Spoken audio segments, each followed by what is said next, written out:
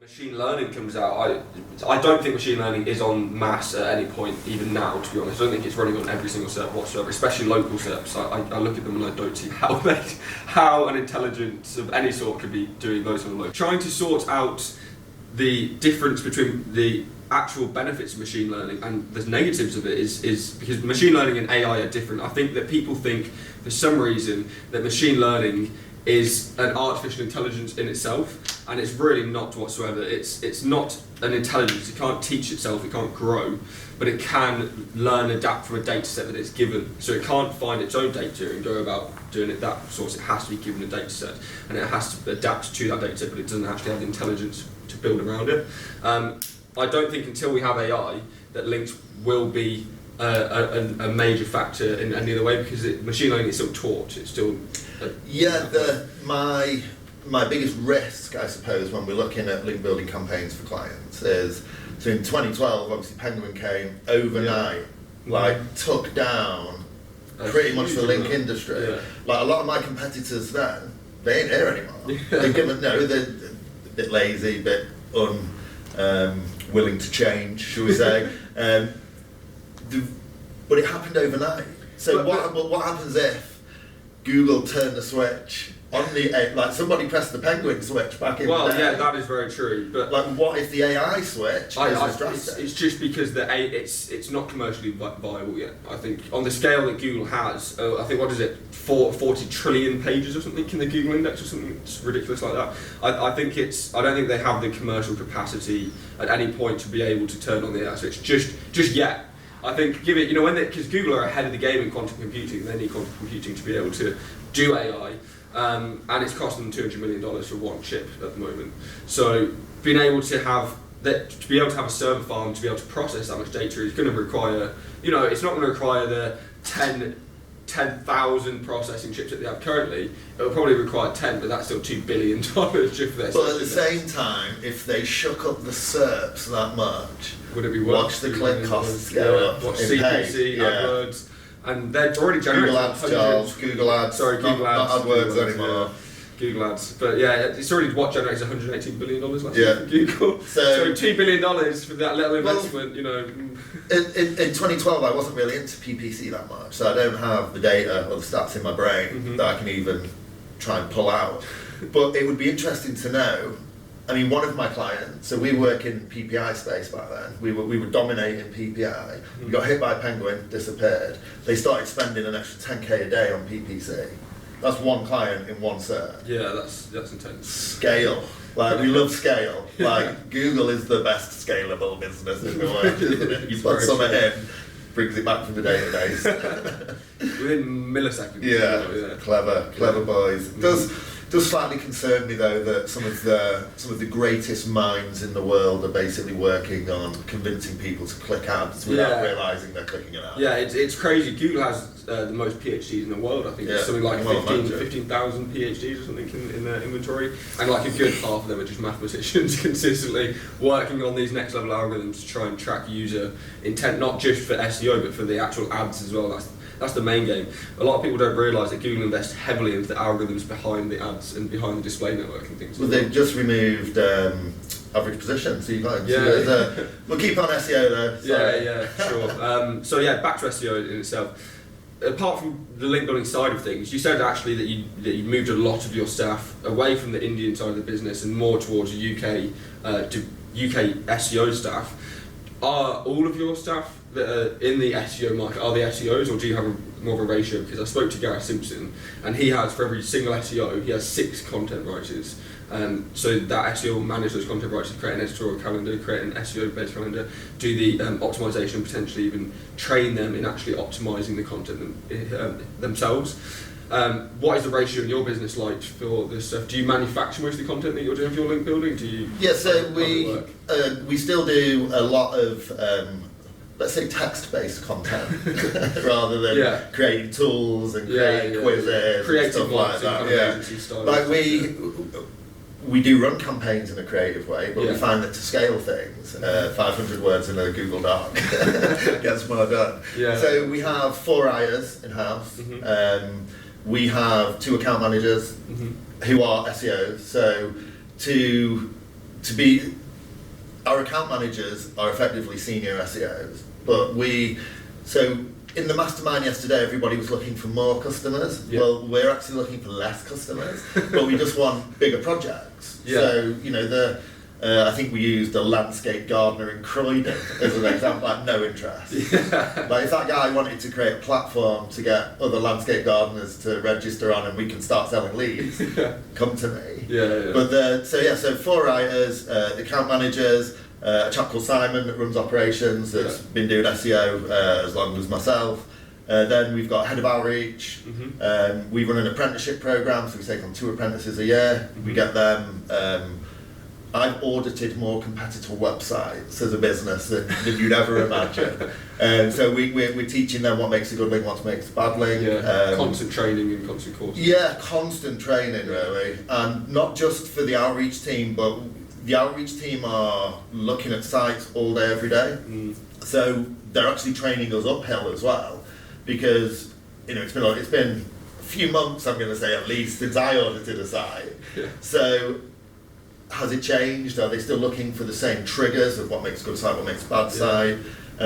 Using HRSDR a lot more in our methodologies these days, whereas we still have a lot of customers that come to us and say, I need DA 30 plus links. Sometimes just don't argue with them and deliver the DA 30 plus links because it's a link sale. Obviously, if we would still do all our due diligence on them, but if that's what they want. Mm-hmm. So the idea, back to the staffing, the idea is that last year's apprentice becomes next year's outreach junior. Yeah. And then just rinse and repeat. Then we've got Dave, head of outreach, who kind of manages the apprenticeship program as well. We'll generally keep, sometimes 2, generally 1 of the apprentices on to become a junior. We probably don't sell as many links as you, to be honest. But we're not looking to kind of make that scalable link business again. Yeah. See what I think the difference between us and the link building business, because the link building business is huge. Massive, it's massive. There's enough business to go around just between us 2, trust me. And the difference, I think, in the business models that we have is you're looking for less customers, more custom. Yeah. Whereas we're looking for moving numbers. Yeah, exactly. Just as much scale as possible, so that we can grow it along the way as well, because we have a huge inventory and things. Well, what you might end up doing, and this is obviously when we would manual link building, as we were creatively called, as an insight to my creative mind. That's what we were looking for. We didn't care who it was. I within think reason, I don't really want to sell rhino. To be very honest, we literally had someone phone us the other day to try and promote fentanyl sales online. Yeah, I'm alright. I was like, what the hell? I was like, what the fuck? It blew my mind. So we have a general rule, and we kind of made this rule because there's easier work to do than these niches I'm going to tell you about. But also, the clients we're trying to attract don't want to be associated with agencies. Yeah, exactly, So we have a no pills, porn, payday or poker. Yeah.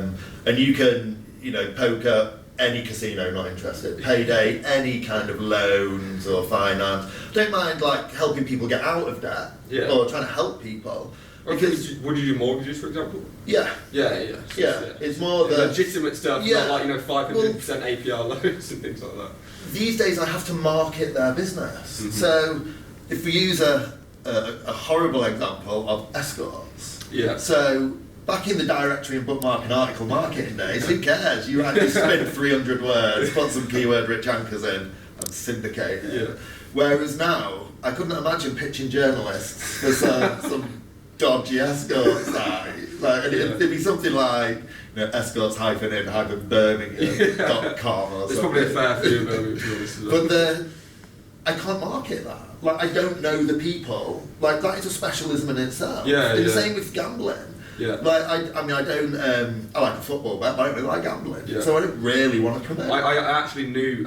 So I tried my SEO last year. I actually met someone from Brazil his specialty was adult entertainment SEO, and he was just doing basically escort service and pornography SEO stuff. He's doing phenomenally. I think six figures. Don't go on any forums and and he's not even doing English language stuff. So he's saying it's easy. Like it's really really easy to do. Non-English algo is easier. Yeah. So that's actually something I wanted to talk to you about. I know that you are a man of international status. And, I like to travel. Yeah.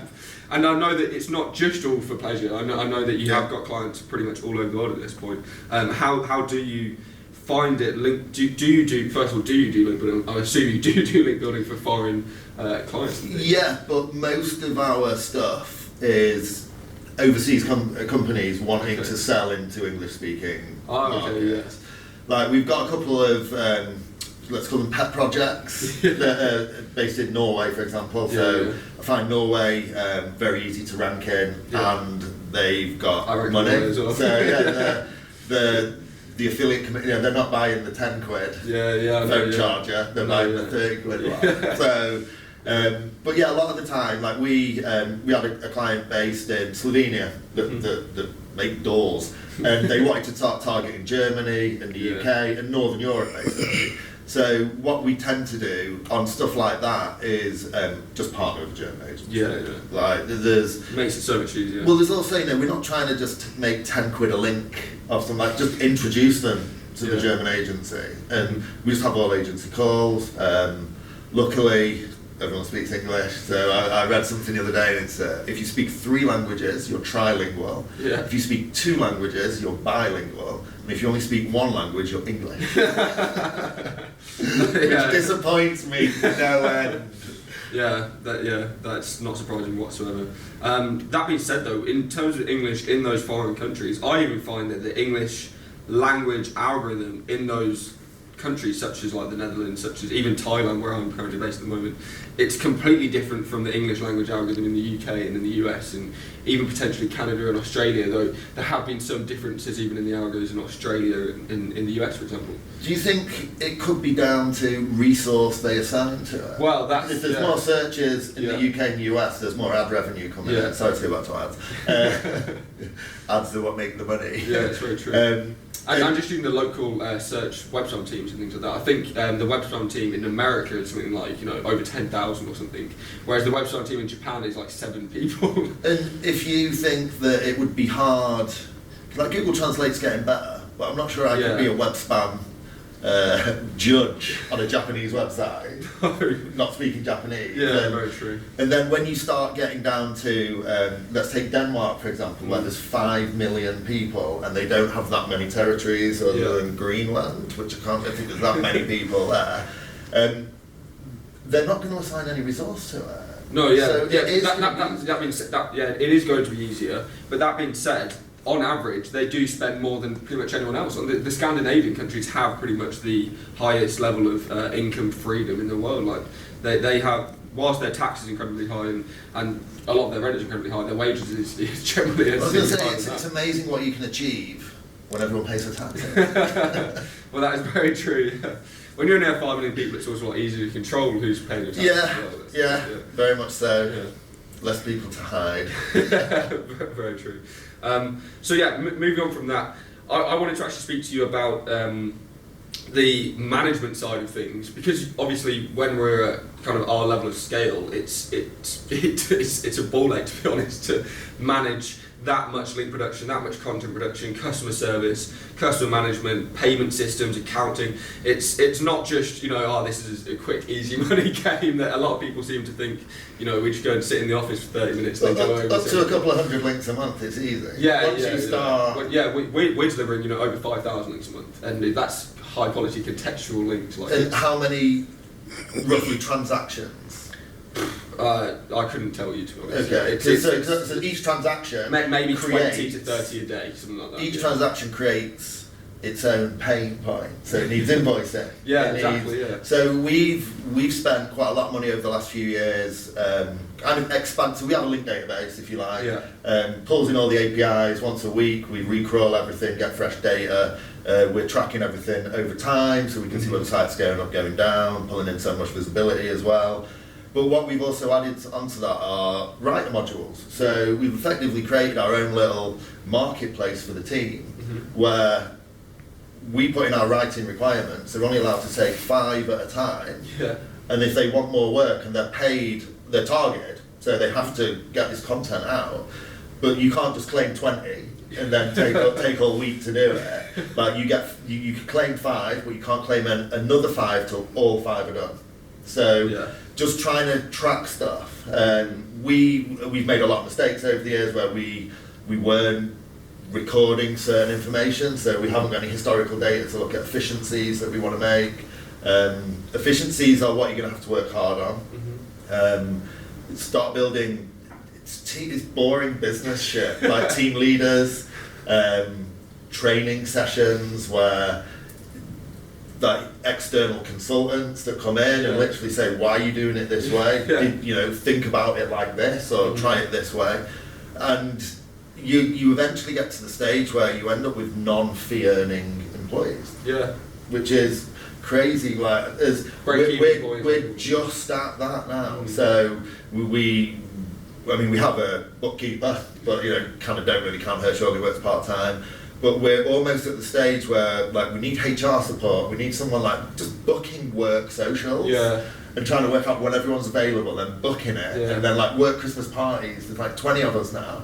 Like it used to be 3 of us, and we'd just go for beers, and then all the staff were in India. Whereas now, like they're all my problem. So and you do, because I'm up to 12 Western employees, which is beyond any that I ever imagined I'd have. And it's crazy to think that you, especially I feel like at my age, I actually do feel quite responsible for them and stuff, and I don't feel like I'm that responsible of a person, which is it's not great to say, to be honest, but it's just something that I think it's part of the paranoia almost. It's pressure, but it's also what keeps you going. Like if you're freelancing and you get it wrong, you still get a job. Exactly. Like there are 20 people. Like it used to blow my mind a bit, but at one point, so we had like 300 people in India. The average Indian house could have 5 people in. So if we're providing the breadwinner's salary, we're feeding 1,500 people. Like that. Like wow. And I understand that obviously you have, Google has however many 100,000, like we're not that big. We're a small business, really. Exactly. We are niched down within, like links are a niche of SEO, which is a niche of digital marketing, which is a niche of marketing. Like we're such a small part of the big picture.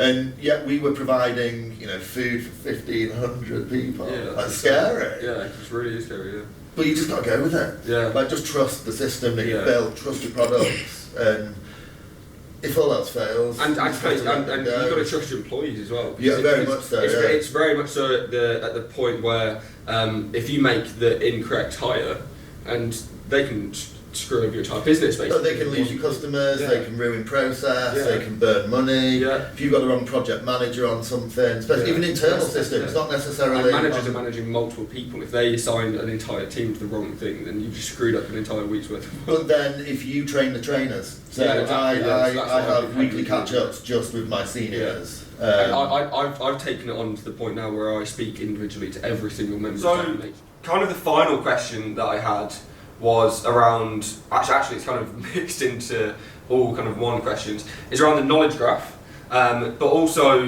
the rich snippets in general, because they're growing so more. They've recently added the FAQ stuff, and they recently added the how-to ones as well, and then also as a relation to that and more the technical side of that is entities. So what is your take on the whole rich snippet knowledge graphs and they're powered by Google's entity kind of database?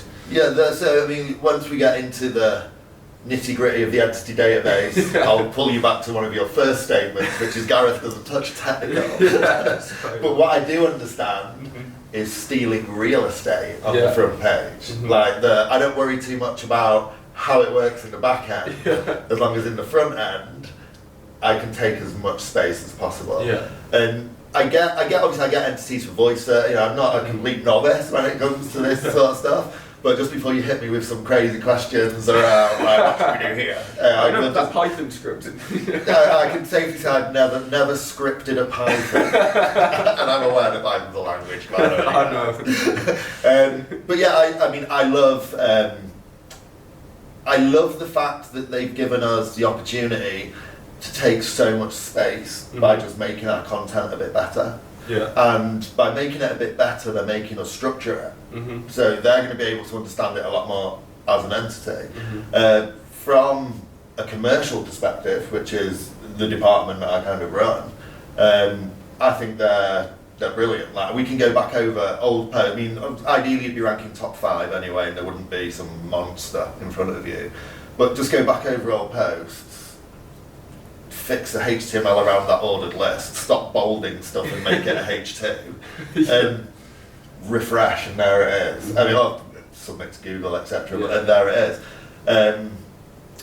My biggest fear, they could just take it away, and obviously we're getting customers investing quite a lot of money on a monthly basis in trying to take these snippets. Then they could just, Google Shopping used to be free. They like to tease us with these things. I think they will keep knowledge graphs free because it's I think it's just too beneficial for Google to answer questions and then use the questions that people are asking to build their profile.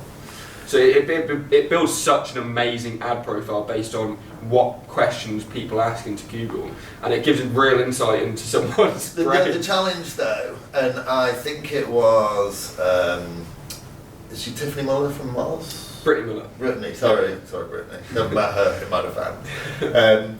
She put something on Twitter last night, and it was, can you eat crocs? As in the crocodile, and the rich snippet was for the shoes. So they've still got a bit of work to, but then how do you get the intent out of that? I mean, that's maybe your kids eating your shoes. And you're like, is that okay? Is that plastic going to kill them? But then are they going to stay? Yeah, I mean, is it the first move to a no-click SERP? Is that not the same as can't see the screen, still get the answer? Because we do ask our devices stuff. Voice is big. Voice is going to be hard to control. If I've got an 8-year-old son. If you look at my YouTube search history, he asks like 25-word search queries. Like, I have no idea how they're going to sort through the mess that creates. But yeah, I mean, we are moving to structure. It's just database. If Google doesn't necessarily just want the database to have one field with all the text in, they want to map it out so they can start showing it in different places, in different formats. It's progress, I suppose, but I do think it is all aimed for that there is no screen. It's just all around us, a sentient beast. A sentient being itself. Nowadays, pretty much. So you said about stealing them. Yes. Have you got any tips and tricks to go about stealing them, or are they? Yeah, I mean, to find them, we're using Hrefs and SEMrush. I don't want to say one tool's better than the other, but they find different. I mean, it's just like linked data sources. Hrefs finds some Majestic. They have different crawlers, different systems. So definitely look at every available source because you might think there's I would say for organic positions though, Ahrefs does win. For SEMrush is coming up on backlinks, it's coming up on other things as well. But for the ads, SEMrush beats Ahrefs on the ads 110%. But it can still be better though, SEMrush, if you're listening. I think all of them can be better, to be honest. Like there's not a sole winner on the market nowadays. Like I think for a while Ahrefs was a dominant SEO tool at least, but they're losing ground to Moz and they're losing ground to SEMrush, and there's no dominant tool anymore. I don't think. I think they are actually coming back, making a resurgence at least. You just have to subscribe to them all. That's reality. Like I pulled a link profile for. But it's as much data as possible as well. Right? So I pulled a backlink profile for a proposal I'm doing at the moment, and I opened Majestic, opened Mars, opened Hrefs. Grabbed them all. Stuck them all into Kerboo, deduped it. Like just why would I only take one source? Like I'm going to be missing stuff. And the same with the snippets. Grab as much as you can. A lot of the time, the site that has the snippet didn't try to get it. So if they didn't try to get it and they got it, if you try to get it, you'll generally get it. Because what we've all never got to forget is every time you go up one and make a good report, some poor sod's gone down one. And he's got a red report he's got to deliver. So. But I love the competition of that. That's why I love SEO. Like, I'm very competitive as well. That's part of the fun. I gamify SEO, to be honest. It's just to sometimes want to outrank people just to annoy the person that was in the first place. Especially if I notice they've got little site links as well, so they're pretty welded. I'm like, right. Well, that's what we do. You're in the WhatsApp group as well. We have an SEO WhatsApp group in the UK with some of the SEO big dogs or whatever within the UK, and we do poke fun at each other by like ranking images of each other in Google. Yeah, I saw a few of them yesterday, actually. It's just a bit of fun. Do you know what I mean? It's because we can, and because just poke fun at someone. If you Google hottest girl in Manchester, there'll be a picture of Dooney on his stag doing a bikini. What was the best SEO in Amsterdam as well? Oh yeah, that we were talking about last night. Yeah, that was a pretty good one as well. And Mark Walker is a professional. He's a professional at image optimization. He's ranked duly for tuk tuk thief. He's ranked duly for a lot of different words all over the world. It's pretty amazing. I'm just looking forward to when some random poor person Googles something. Imagine what we could all achieve if we actually just focused on commercial work rather than like dicking around on the it'd be amazing, wouldn't it? It just makes you work smarter at the 20 hours that you get paid for, so you can have fun at the 20 hours that you're not getting paid for. And I'm sure half the SEO community nowadays it's more fun than it is. But it's also more expensive to produce the result. In the old days where you could just throw like $100 or something, make it happen. Yeah. Whereas now, you might have to put $1,000 into it to make something happen. Yeah, but it's worth it to see that. You just got to limit your number of projects. Yeah, that is very true. Yeah. You've got to pick your targets well. Absolutely. So I think that was about it. Yeah. So actually, there was one final question that I really wanted to cover, but we are running over time. There is freshness. Yeah. Yeah, so freshness is something that is quite controversial recently because people have been looking at different knowledge graphs and things, and Google are showing results from 2017 for searches that should be recent and stuff. So what is your take on freshness, and do you think there is a part of the algo that does look specifically at new pages, or is it more about Google's trusting older, more linked to content? Yeah, it's no straight answer to that one, I suppose. So again, we referenced it. Let's just keep teasing people. Hog roast roulette. Yeah. None of those sites have been updated for let's say 2 years. Like we've changed the server every now and again because it's great. To clarify what we're talking about here. Me and Gareth were looking for the most random niche that you can really find, and in the UK there is quite, and in a lot of Europe as well. Yeah, it's wedding food, basically. Yeah, it's basically they do a hog roast, which is a hog on a spit or a pig on a spit, and it's and you can hire them out, and some of them are £1,500, $2,000 to hire them out for the day for your wedding or something. So that does include the pig. Yeah, that does include. Probably a potato salad. But they're not cheap whatsoever. So and it's an industry that had basically zero R&D. There is no brand in the wedding catering industry. There is a world of non-mobile optimized websites by some dude that's got a van. Yeah, basically. So, a lot of Wix sites as well. So if you're lucky, mate, Yell.com. I'd take Wix. Wix actually, I've got half a chance of having a battle.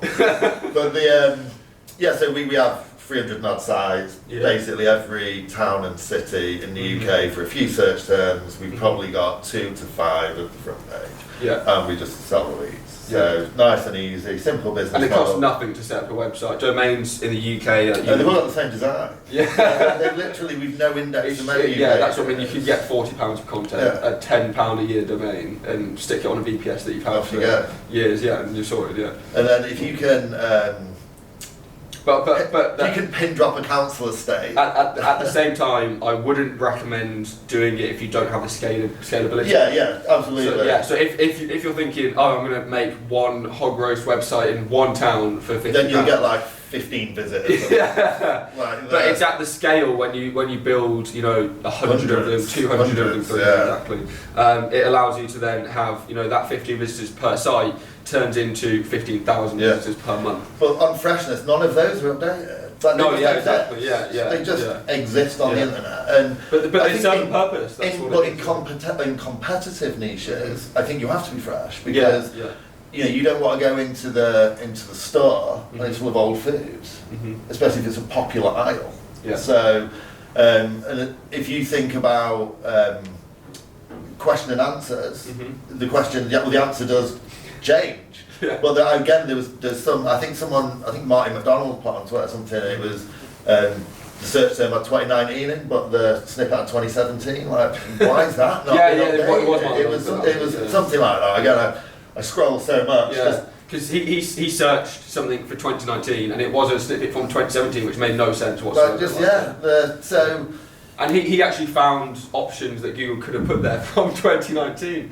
So it was disappointingly, I bet the 2017 still ranking. Yeah, it probably is. Yeah, even with that tweet. But then maybe Google is suffering from a scale issue. They just can't get around to everywhere now. Yeah, that is right. Because there's so much. Yeah. Like, getting back to ads, we do dynamic ads campaigns where we just literally put the URLs in. Google will show that ad based on which way.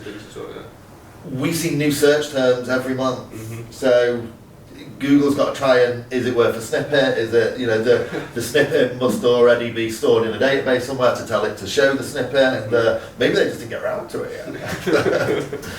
But you never know. Too busy working for the US government. Yeah, not signing the AO course. Well done, Google staff, for that. Right, well, thank you for being on the show, Gareth, and it's been an absolute pleasure having you on. My pleasure, mate. Thank you. Hopefully we can do another one at some point to talk about more about these hog roast websites for everyone out there. Find niches that no one likes. Yeah, exactly. Once again, thanks for being on. And make sure to like, comment and subscribe. I've been Charles Float. This has been Gareth Hoyle. Peace.